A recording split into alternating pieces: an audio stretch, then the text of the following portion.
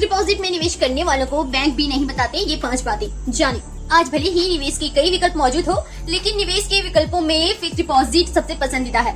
FD में निवेश करने पर गारंटेड रिटर्न मिलता है। लोगों को लगता है एफडी में निवेश करने पर उनका पैसा 100% सुरक्षित रहता है, लेकिन क्या सही में ऐसा है? बैंकों के द्वारा कई ऐसी बातें होती हैं जो एफडी के निवेशकों को नहीं बताई जाती। ये 5 बातें नहीं बताते बैंक। आपका कितना पैसा है सुरक्षित?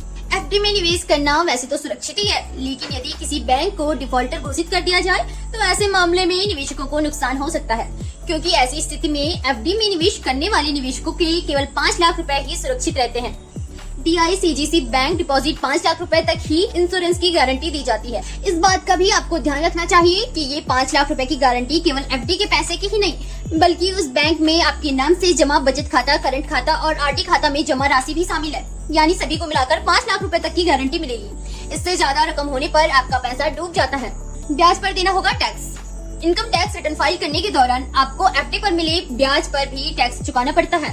हालांकि एफडी के अलावा भी ऐसी कई योजनाएं हैं जिनमें निवेश करने पर मिले ब्याज पर कोई टैक्स नहीं लगता। एफडी से मिले ब्याज पर हो सकता है नुकसान। एफडी में निवेश करने पर पूरी अवधि में एक जैसा ही ब्याज मिलता है। ऐसे में यदि आप लॉन्ग टर्म में एफडी में निवेश करते हैं तो उसमें आपको नुकसान हो सकता है। यदि बाद में बैंक के द्वारा एफडी पर ब्याज दर बढ़ाई भी गई तो भी उसका आपको कई बार लाभ नहीं मिलता। भरनी पड़ सकती है पेनल्टी।